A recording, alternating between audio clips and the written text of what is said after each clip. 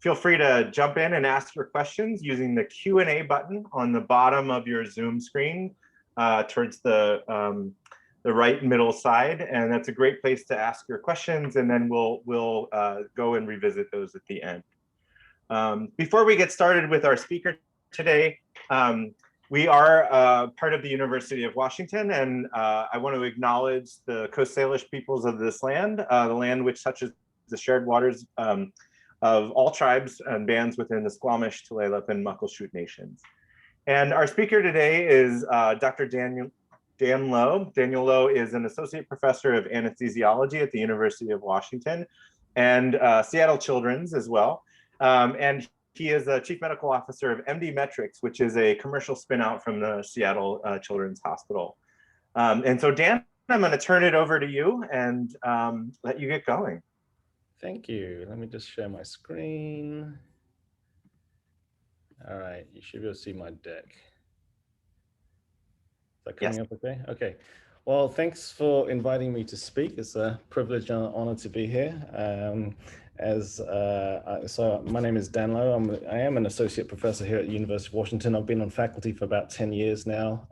And you can tell from my accent, I'm not from around here, from the UK, trained in Nottingham, and made my way over, say, about 2010.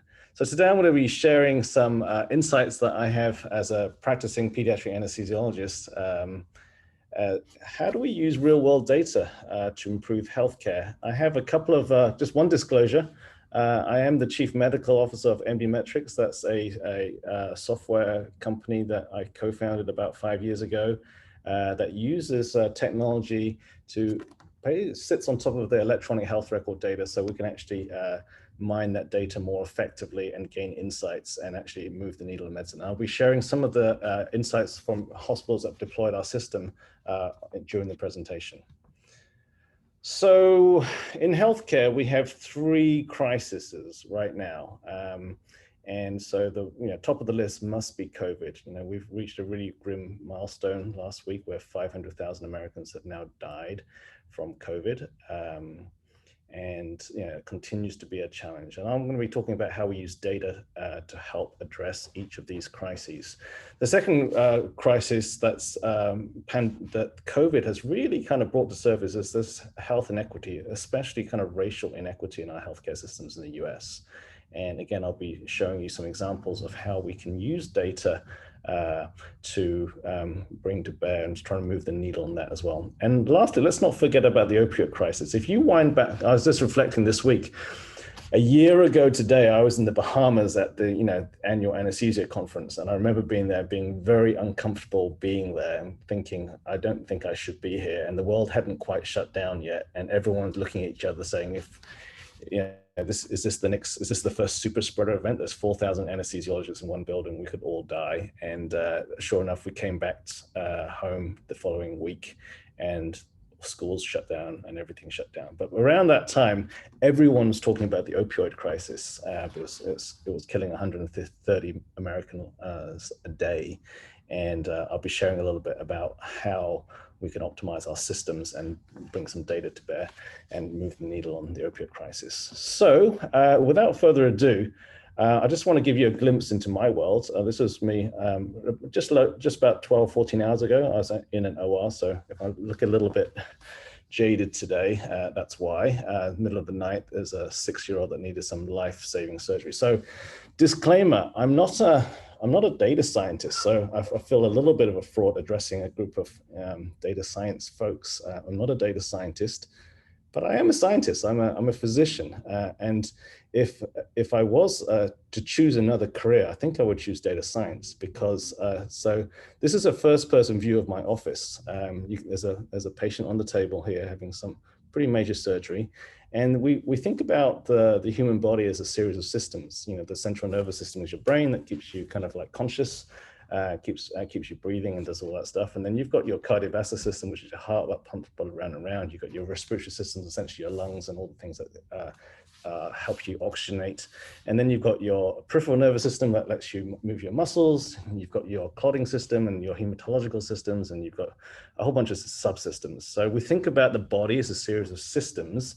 And when you go into anesthesia and you have disease and you're having the surgical insult, all those systems are out of line. So we have indirect, pretty advanced monitoring that gets patient physiological data. And we've got this $120,000 life support machine, and we've got all this data coming at us in real time. And then, so my job as an anesthesiologist is to synthesize that data, look over the drapes, see what's going on, and then decide, hey, which drugs do I give? And do I go up and down on this? Or do I go up and down on this? Do I give this? Do I not give this? And try and keep everything nice and stable and have a successful outcome. So, so in one sense, I'm not a data scientist, but I'm a scientist that uses data. So how does all this get captured? So all this data comes in and it feeds into this computer, and that's the electronic health record.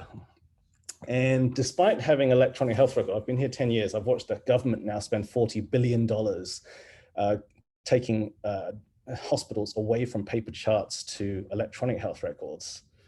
I walk out of the OR and this is what I see. This is a whiteboard outside the OR. This is how we make sense of data. I work in a quaternary referral pediatric hospital, extremely well funded in Seattle. And this is how we visualize data. And this is how we manage data outside the OR environment. That's a problem. And the problem now is, yeah, we have $40 billion spent standing up electronic health records with, first time ever in the last 4 years, a 100% digitized healthcare data. But clinicians at the front line and leaders cannot use that data meaningfully to look across patients. So if you change a protocol from protocol A to B or drug A to B, there's no easy way to figure out, did you make the system better? Did you make the patients better? Did you make it worse? It's hard to do on a one-by-one basis, right? The current state of the art, now this might surprise you if you're not in healthcare, and it's when I talk to people who are outside healthcare, it's almost unbelievable that if you're a clinician at the front line, even in a sophisticated hospital like UW or Children's where I work, if you need to ask a question, you have to engage a data analyst. They have to translate your question usually into SQL. They engage a developer.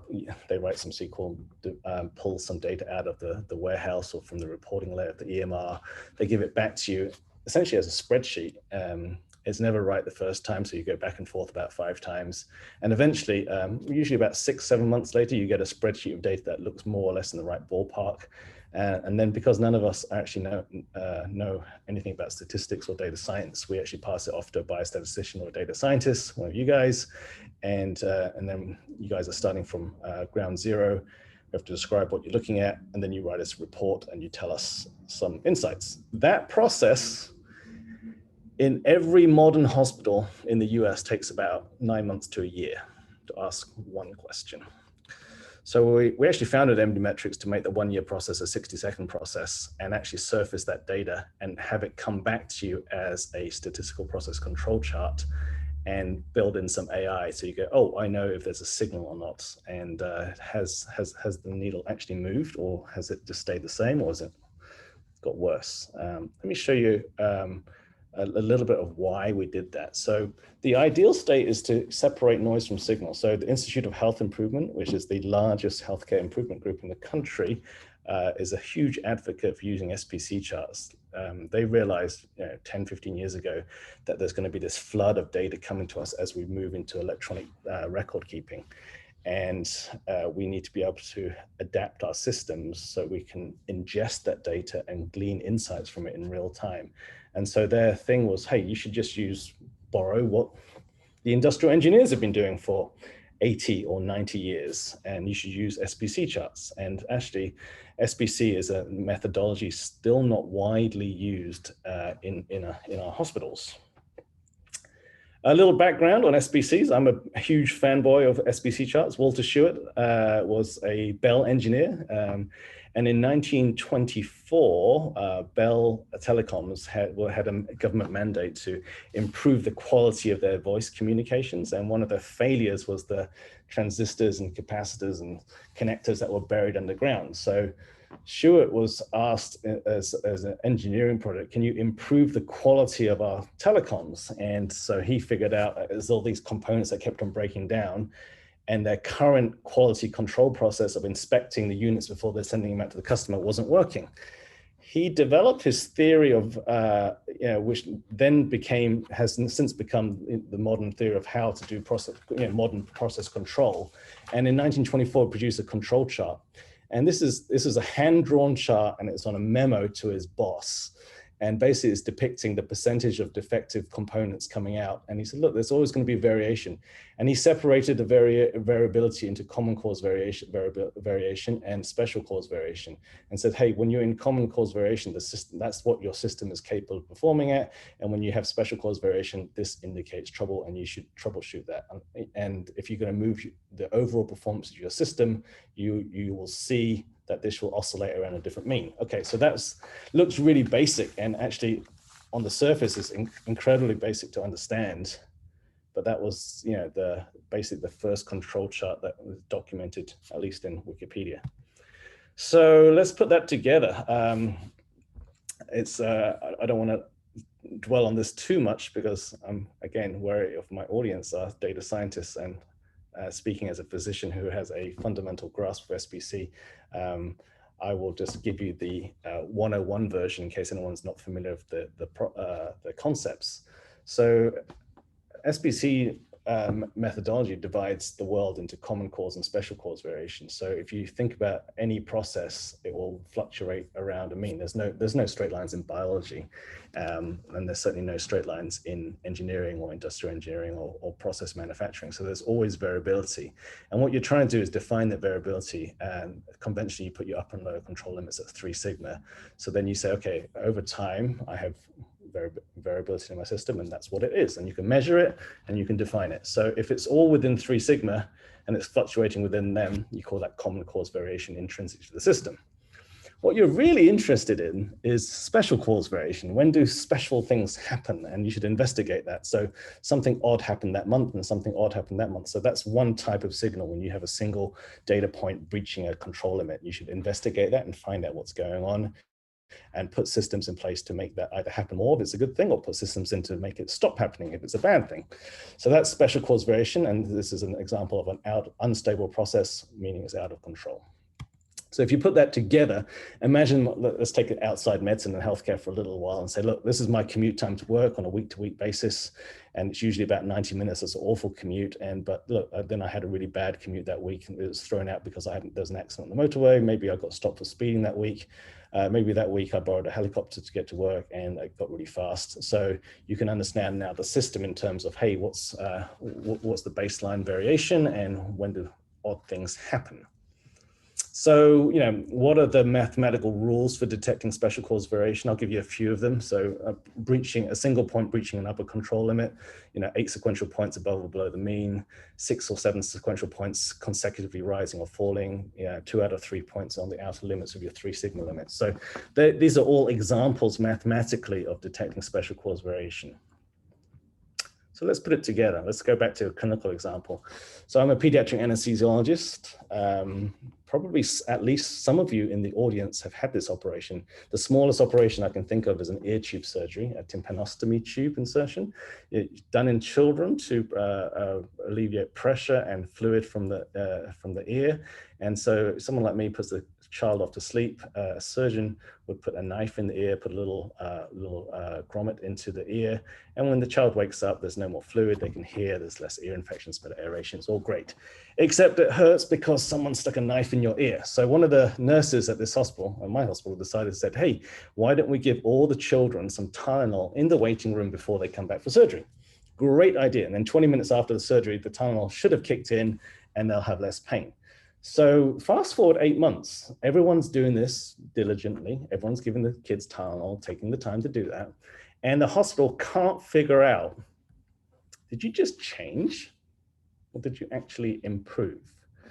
And so this is how they do it now. It actually took them a year to figure that out. So, but inside with digitized data in the EMR, you can ask the same question and you can answer it with SBC charts in about 60 seconds. So I'm going to create a query. I'm going to call it earTube protocol change. They did the change in December, by the way. So first thing, this is like a series of filters. We'll grab January to the fall. So we'll have 12 months as a control group, 8 months as an intervention group. We'll grab all the patients from a certain facility, and then we'll find all the myringotomy tubes. Once we do that, we're going to ask the people closest to the work, are there any people you want to exclude? They said, yeah, we don't want 1-year-olds. They keep on spitting out the Tylenol. Okay, well, let's grab 2 to 12-year-olds. So in 4 filters, you've gone down from 20,000 patients to 541 top left. And all you want to know is what is the highest pain score that these patients describe or get assessed as when they wake up. So that is a SBC chart, it's an X-bar chart. I'm going to annotate the change date for you. And so you can see in December, the system changed. Now, hopefully it doesn't require, I don't know, we got 60 people on the call, 60 data scientists to tell me that if your child needed surgery, you'd rather have it on the right of the change flag rather than the left of the change flag. These points look lower. And if you remember from my SPC little slides from 4 slides ago, this is actually a signal. It's you've got 8 data points below the mean, and the AI is picking that up and saying, yes, you have changed your system. So in this case, you should carry on, right? So whenever you change a system, you want to know, is it better? Is it worse? Is it no different? So that is a very small, tiny example of how we use real world data. Of course, when you improve a system, you never actually just want to improve a unidimensional view of it. So we always throw a bunch of slides into what we call mission control, because if you think about it, as an anesthesiologist, I could give you 20 milligrams of morphine, you will have no pain, but you won't wake up for 2 days. I mean, so you want to balance it out with what are you trying to do? You're trying to get the best balance between pain, wake up, speed, vomiting. So you're trying to balance all these things out all the time. So you always want to take a family of measures whenever you're trying to improve a system. So this is the slide that I want healthcare to catch up with, and I think we're going to get there in the next few years. This is called, we call this adaptive clinical management. Hospitals and healthcare have done a reasonably good job in the last 20 years that I've been doing medicine of this left side: strategize, plan, execute. You always have to take care of patients. Hospitals not, if you notice, not allowed to shut their doors. So you always have to take care of patients, and sometimes you push change through, and that change requires planning and a strategy. But most hospitals, believe it or not, and this is hard to say out loud, when they make a change to their system today, they don't actually monitor that change tomorrow. And in a week, they can't tell me if that change is a good change or a bad change. They don't actually monitor and evaluate any of their changes because historically they've never done that. Now I'm going to pause there and let that sink in for a sec. If you imagine you're a Starbucks and you put out a new cappuccino machine across all your stores, do you think for a minute that Starbucks corporate would not be monitoring and evaluating till receipts to see if you're selling more coffee? And if you're selling less coffee, you might want to pull back the old machines or stop doing it or give better training for the new machines or do something, right? In medicine, that doesn't happen. So in medicine, we take evidence-based literature from published peer-reviewed literature and say, well, the Mayo Clinic in that paper 4 years ago said we should use this drug for this disease. So now we think we should do it. So they do strategy, plan, execute, and then they start giving out the drug, but they don't actually measure if it actually works in their environment in real life. And that needs to change.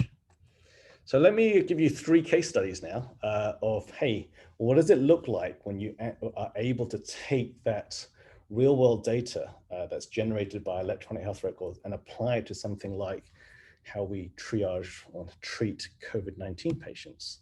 So let's go back about a year. This is March 2020. So we're early on in COVID. No one knows how to treat this disease. No one knows how to risk stratify this disease. No one knows how to think about these patients when they show up at the front door. But we know these patients come up hypoxic with low oxygen levels, and even a $20 pulse oximeter can tell you oxygen levels are low. And the WHO said, okay, we should make a cutoff. And they said 94% and below, you should be cut off, and then we should triage you accordingly.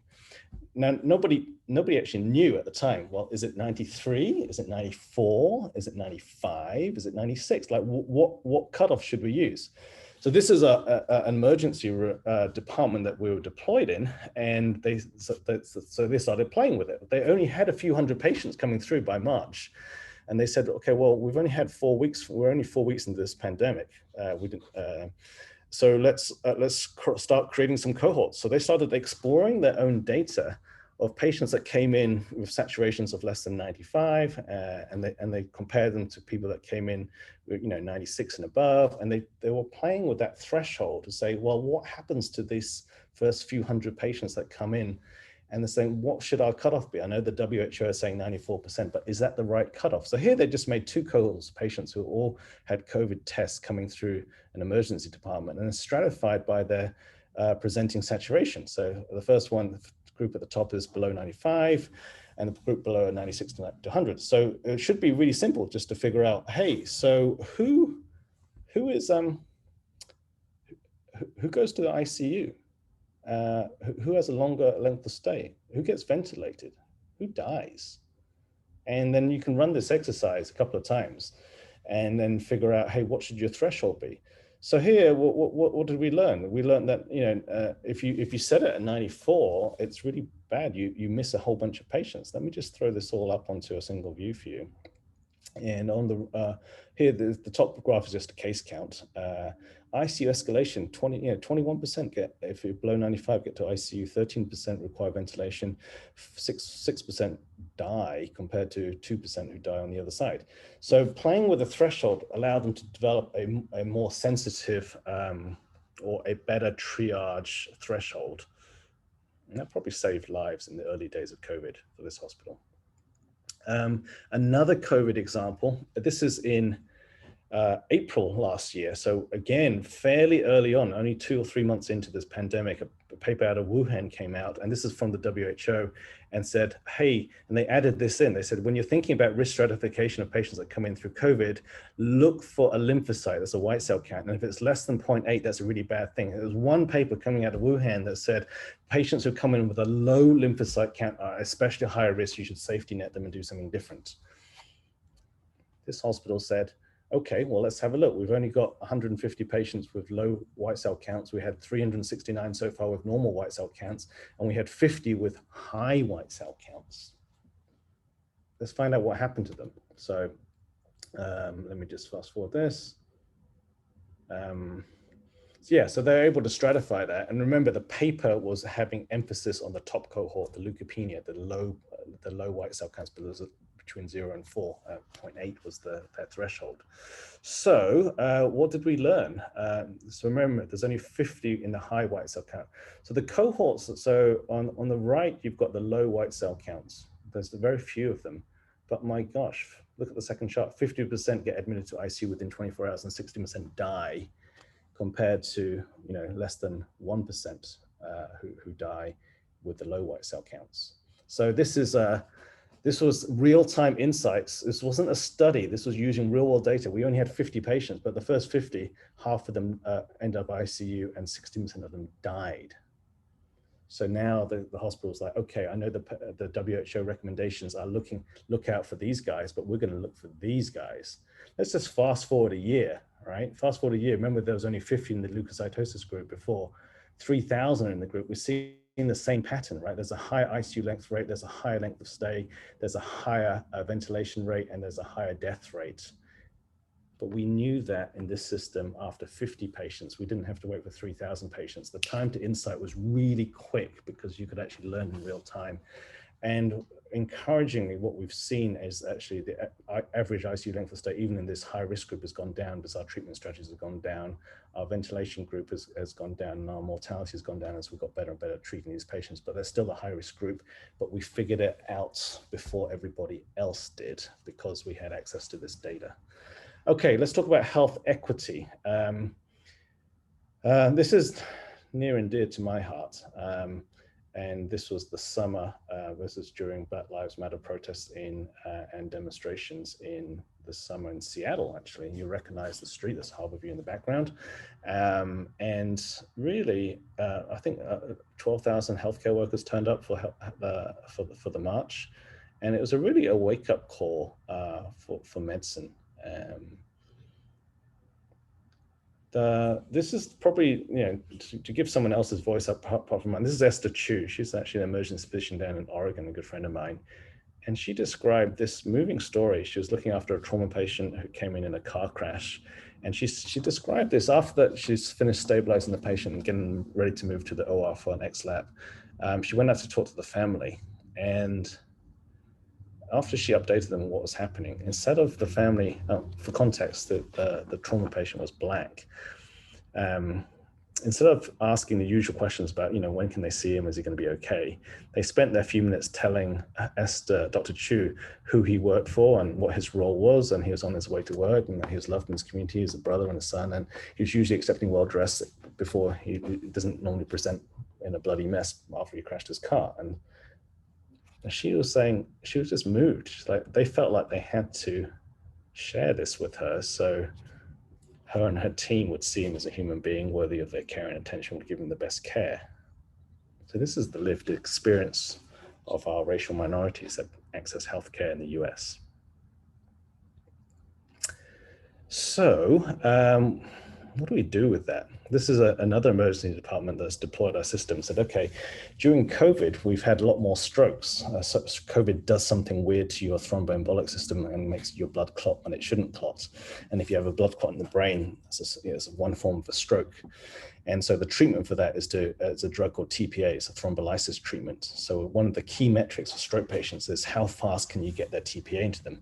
So this emergency department said, okay, let's look at our code stroke patients over the last 18 months. So out of 153,000 patients, top left, there's 1,000 stroke patients. And let's look at a singular metric. Let's look at time to door to TPA time. And so they just surfaced just one key performance metric. I wanted to know the door to TPA time for that 1,000 patients. What they found was this.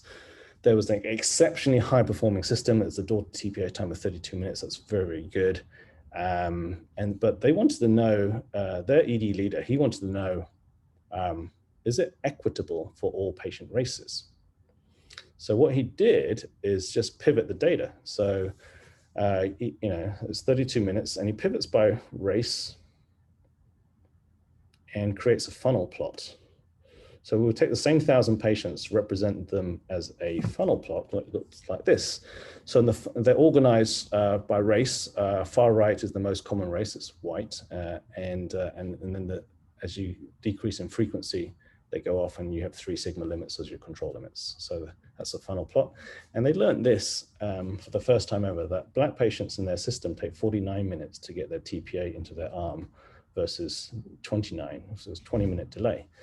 So what this group did, they went back and said, well, let's look at how fast it takes to get checked in, the underlying sub-process leading up to TPA, getting into a bed, seeing a doctor, getting a CT order and getting their TPA. And they found that their Black patients were 5 minutes later to get checked in, 6 minutes longer to see a doctor, 13 minutes longer to get a CT scan, and 20 minutes later to get their treatment. So now, not only did they diagnose the problem, they actually got to the root cause, which was where can they apply resource to speed this process up, and viewed it as a process problem. And they applied resource there. We came back 4 months later to see how they're getting on. And they said, hey, remember this inequity gap that you helped us surface? Yeah. So we closed that gap. The next 56 patients that came through who were Black had their TPA in under 29 minutes. 29 minutes, just like the white patients, and the Asian patients improved as well. And then the overall quality of the system, see this 30-minute time, said we've never had a quarter where we actually broke the 30-minute barrier. So this actually speaks very powerfully to, if you want to address quality in healthcare in the US, the first thing you should deal with is address racial inequity. Once you close that gap, you'll fix quality. It follows hand in hand. Okay, let's turn our eyes to attention to something else. Last case study I want to share with you is the opioid crisis. Why is an anesthesiologist talking about an opioid crisis to you? Well, it turns out that 130 Americans were actually dying a day from opioid overdoses. So what's that got to do with surgery? Well, it turns out that 7% or 6.5% of adults who have surgery in the United States today, if you have surgery today, and assuming you're opiate naive today, you have almost a 7% chance of developing persistent opioid use. And that's defined as you're still taking opioids 90 days after your surgery. And it doesn't matter if it's a major surgery, like a big spine surgery, or a minor surgery, like a knee arthroscopy or a gallbladder surgery or a hernia. The same thing is true of adolescents. If you have, and they studied this over in 95,000 patients, as published in Pediatrics in 2018, 5% of adolescents develop persistent opioid use. So imagine this, that a 14-year-old has a tonsillectomy, that's a common surgery today. In 90 days, their parents are still refilling an oxycodone script for them. And that becomes a problem. So we know that, that we are contributing to the opioid crisis from surgery. This is almost a uniquely US problem, by the way. So as I said, I work at Seattle Children's. We have 2 campuses. This one's over in Bellevue, just 5 miles from where we are located. Most of us are located right now. And 18 months, we did this. We managed to reduce fentanyl, morphine, alfentanil. These are the 3 common opioids used for surgery to 0. We became the world's essentially first opioid-free surgery center. How did we do it? By using that adaptive clinical management learning model. So we were able to look at so this is our baseline. We're looking at tonsillectomies here, the most common surgery. There are 1,200 of them a year. And we understand the performance metric by, how much pain do you have when you wake up? Does the nurse have to give you a rescue narcotic when you wake up because you're in severe pain? And do you vomit when you wake up, and how long do you stay, and do you bleed within 30 days? So we're able to understand our process metrics, just like the other examples I showed you. And so when we change our protocol from protocol A to B away from opioids, we can see our first run of it. It's like, well, this is better because you're not vomiting, but this is worse, and this is slightly worse, and this is slightly worse. Well, stop. So this is your monitor. Evaluate, adapt. You just don't carry on for a year. You do 12 weeks, short, sharp stints. Go, hey, we applied some evidence from some evidence from Texas Children's actually. It kind of worked, but didn't work as well as we thought it would. Let's try something else. So we added another drug called ketorolac in, and suddenly it looks a lot better. And then you add some lidocaine in, and it gets better. And so at each iteration, you can now see in real time, I changed something. Is it better this week, in the next 2 weeks, in the next 4 weeks? In 18 months, we did 4 improvement cycles. It used to take 5 years to do 1 cycle. So we did 20 years work in a year and managed to eliminate opioids from all our surgeries. And this is a nice picture. I like this. So in the OR, each of the anesthesiologists and nurse anesthetists carry a lockbox of about $10,000 of narcotics in every day. For 60 years, that's been standard practice. In the last year, no one had actually checked out a narcotic box. And the pharmacist said, hey, since you guys aren't using them anymore, we're going to just break them down and send them for recycling. So this is the last narcotic box to be retired. And it's unbelievable, actually. We're just having our annual conference this year for anesthesia. And no other hospital has done this. We've turned 65 years of anesthesia practice on its head because we were able to use our data in an intelligent way and learn to practice medicine better, faster. All right, I promised I wouldn't go over 40 minutes. We're at 37 and a half minutes. I'm gonna stop talking and open the floor for questions. That was great, thank you, Dan. We'd be clapping in person, but we're constrained by the technology. So again, a reminder to please use the Q&A button on the bottom of the screen to ask questions. I have a starting question to get us going, Dan. So one of the interesting things that struck me as you were giving these examples, and they were wonderful examples that really helped me grasp the kinds of problems that you can address, is that you were talking about time, like the monitoring time. So in the myringotomy case, I think it looked like months maybe, and for COVID, it was a number of patients, right? Because patients and time were sort of interchangeable. So how do you know how long to monitor for before accepting or rejecting or adapting in your model? That's a great question. So normally for most charts that I showed on the x-axis, you're going to have time, which can be days, weeks, months, or years, right? Segment. And it depends how many patients you're seeing of that phenotype. So during COVID, you could do it because you're getting like 100 a day. If you make a change in your protocol, within 8 days, you'll figure out if it's better. Because if you change something and one of the signals you're looking for is, remember, 6 points dropping, 8 points below the mean. So if you're doing something 100 times a day in 6 or 8 days, you'll know, right? Or in some cases, if you have one day and you breach a control limit of your old system, okay, you know, right? So it can be as fast as a day. Realistically, most individual hospital systems don't have that kind of volume of anything. So even like, if you look at the tonsillectomy example, yeah, there's 1,200 a year. So, call that, 100, about 100 a month. Okay. So that's like, 20 a week. Okay, so then the fastest you could learn anything is 8 to 12 weeks, maybe 6 weeks. If it's dramatic, you might learn something in 6 to 8 weeks. But bear in mind, the old system was not to do anything. The old system was to take some evidence from the literature, say, hey, the Mayo Clinic says we should give drug X, and you do it for 5 years, and at 5 years you do a little audit. Hey, how are we doing? That's how the old system used to work. But now we can still take the evidence. That doesn't take away from that. But we can say, hey, let's look at it in real time. Let's look at week 1, 2, 3, 4, 5, 6, and 8. We'll make a decision. Do we go into 12? Do we stop? Do we iterate? So that's the difference. So, and some things that some surgeries you don't do very many. So eyeball surgeries. So we do 200 strabismus repairs a year. So then you probably have to measure that in months, but you're just not getting the volume. Thank you. So I see there's a number of questions in Q&A. Let me get you started with one of them. Really interesting talk. Have you looked at emerging trends rather than asking a specific question of the data? For example, seeing the outbreak of an infection within a hospital system. Yeah, so we can monitor any outcome metric, any standard data. So one of the things you can measure surgical site infection rates, you can measure mortality, you can measure anything you want.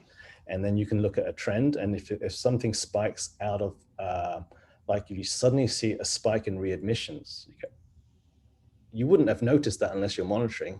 And just like, it's hard to, when you're in the moment, to look at a data point and go up and down. You go, oh, it's getting better, oh, it's getting worse, right? And this drives me nuts. Look at the media reporting over the last 12 months of COVID. One week it'll get, oh, we are 23% higher. Oh my gosh, the sky's falling down. The next week we're 12% lower. Oh, great, we're getting better, right? And so, but what they don't realize is, are you fluctuating around a plateau? Are you actually increasing or are you decreasing? And you can't tell in the moment unless you put it into a control chart, understand what's happening over time, and have some mathematical diligence around it to say, hey, what is actually happening? Are you actually getting better? Or are you actually getting worse? So, I've lost my train of thought. What was the original question? Well, looking for emerging trends. Yeah, emerging trends. So exactly. So you can do that. And what we see a lot of hospitals do is they chase noise and they don't chase signal. Right. Okay, so what do I mean by that? So let's take something like 30-day surgical site infection rates. It will fluctuate. Thankfully it's low, right? It's like less than 0.3%. It'll just fluctuate. But 1 month it'll go up to 0.6%, and oh my gosh, the managers will go, oh my gosh, there's a 50% variance increase in surgical site infections, and all the people in bunny suits come out, all the people in consulting suits come out, and they all bring their clipboards and they all do something and they measure something and send out some nasty emails. And the next month it's down again, and they all pat themselves on the back going, oh, they did a good job. And it's like, this is nonsense. All you're looking at was noise in a system, and you overreacted and spent resource on that. And if you hadn't done anything, it gets better. What you should do is you should understand what the variance is and only react when it bounces over a certain threshold. So we see that all the time, and it's a basic. This is why you guys are so important. Basic data literacy in people who are making multi-million-dollar decisions is non-existent. So let me ask you, actually, let me riff on that for a second, because who are the point users? Are they folks like yourself who are frontline anesthesiologists, or are they somewhere up in the management stack? And how do you equip them? So the visualizations are certainly part of it, but is there additional training or information you need to equip them so they understand what they're seeing? Yeah, so we have to, when we engage with new hospitals, we kind of figure out, hey, are there people inside your group that know about it? Do you have a Six Sigma team? Do you have a lean team? Do you have a process improvement team? And usually or sometimes it's in the analytics department or data science, like you maybe have a data scientist, someone who gets it, right? But has never really had a voice. And now you have the clinicians with this like super powerful ray gun that they can point at anything. And you just need to get alongside someone just to coach you through this. How do I think about this? You know, and once, you know, the concepts are incredibly simple. I mean, they look really simple, but they do take some, you know, take a little bit of, you have to get your head around it, what you're trying to do. And you do need some coaching and guidance. So we find those natural partners most healthcare systems have them, and we usually partner them with give you them a buddy to their clinical, like the people that make the decisions will be like the, you know, the surgeon in chief, or someone with chief in their title, right? But they rarely have that data science background. It's a pretty rare bird that has that. Yeah. Is there something that you could imagine could be done during the medical training or is this something that exists beyond any single practitioner because you need the aggregate data? So what? Yeah, I think basic data literacy should be part of the medical school curriculum. I mean, you're trying to train scientists, right? And in the empirical method and the scientific method, and the training. I mean, the training that I got as a med student is pretty much non-existent. And actually, how most physicians think about data science is actually, I mean, let's be candid here. You know, it's about a p-value, right? Trying to run operations on a p-value is like, I don't know, it's like trying to do mRNA vaccines using a Punnett square. You know, I mean, it really is. It's going back 50 years. And so what most medical studies are, they're very reductionist. They are, the randomized control trials where you take a population, you randomize them to population A and B. And then you take a few people who had drug treatment A and you take a few people who had drug treatment B and you compare them. And then you say, hey, what's the likelihood that reflects the broader population? What's the p-value? That's great for a clinical trial, but that's not what we're trying to do. We are trying to, this is there is no trial, there's no randomization, there's no prior hypothesis. This is like data coming at you faster than you can ingest it. Your job is to make sense of it and not, if we hadn't done that work with COVID, we could do a post-mortem analysis of why we failed. And we, as a country, we still have failed in so many ways. But, imagine if we didn't understand that high white cell counts was your risk factor. How are you going to explain that to relatives in 5 years' time? So you had the answer right in front of you. You saw that those first 50 people had a 50% ICU admission rate and a 16% mortality rate. Why didn't you act?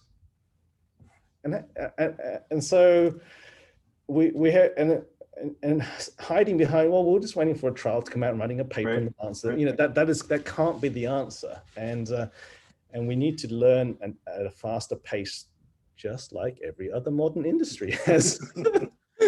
So I'm really glad you brought up that point about the difference between a clinical trial and sort of this kind of learning and this kind of adaptation.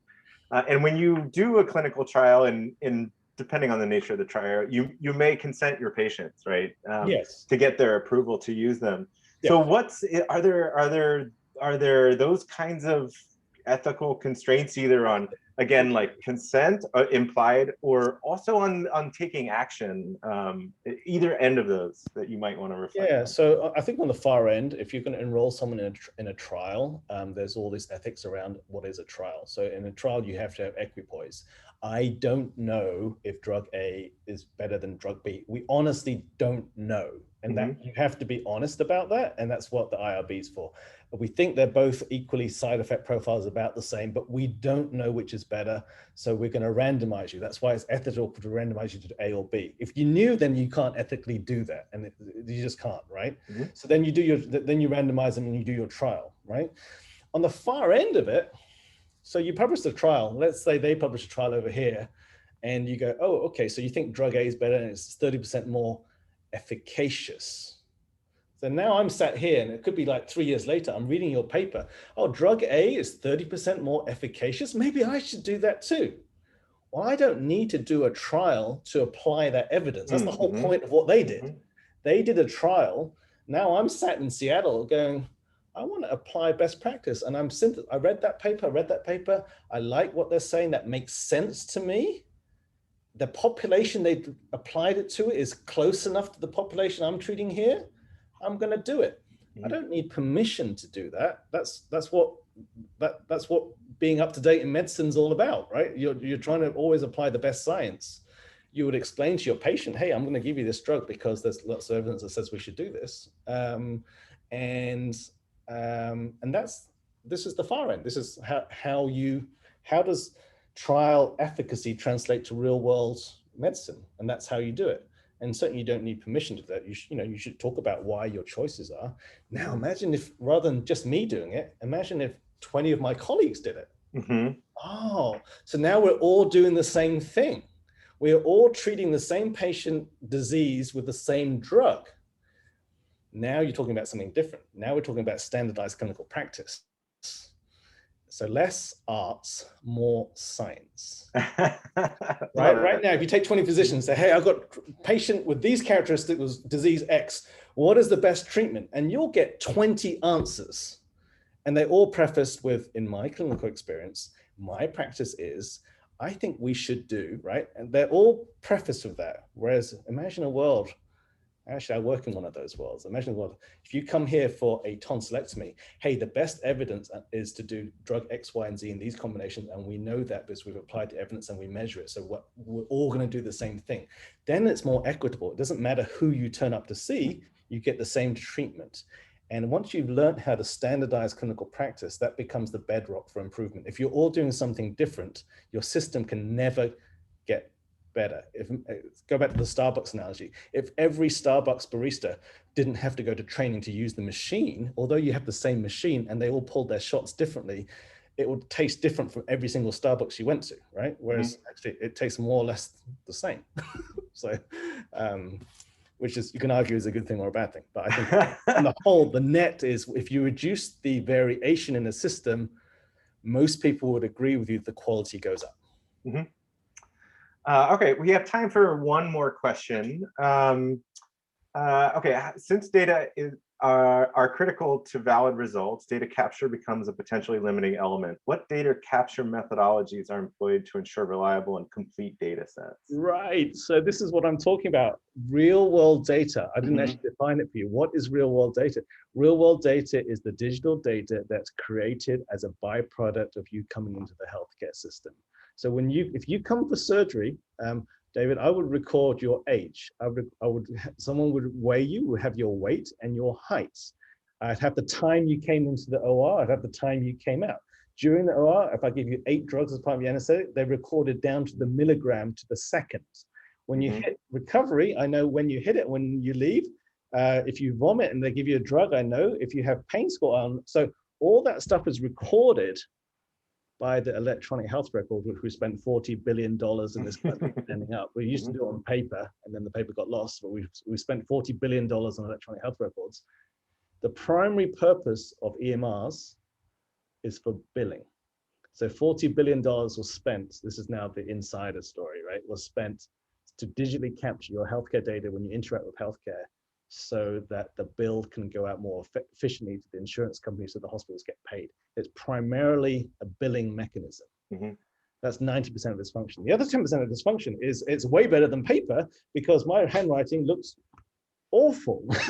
And so no one else can read it. And someone loses the piece of paper. So as a medical compliance, yes, if you come back for surgery next year, someone can read my note from this year, right? So that's the other 10%. What I'm saying is, oh my gosh, you have this data-rich source that you're using primarily for billing, which only lets you do a deep dive down David. I can't find 100 patients a bit like David who had your disease or your operation and tell me how the other 99 did. And if there's 50 that did better, can you give me that treatment? That's what I want to know. So that's what we're doing. We created a system that lets you look across the healthcare data that's already being captured reliably. If it wasn't reliably captured, that's a problem because you bill off that data. And that's so it has to be reliably captured. Well, that's a driver to keep it reliable, right? Is that billing. Well, thank you very much, Dan. This has been a wonderful presentation. And with that, we'll close the formal portion of the seminar. Again, Dan, thank you so much. This was really wonderful and informative. And I think it's a really great example of applied data science. So thank you very much for that. Well, thank you. It's a pleasure. Thanks for inviting me. Let me just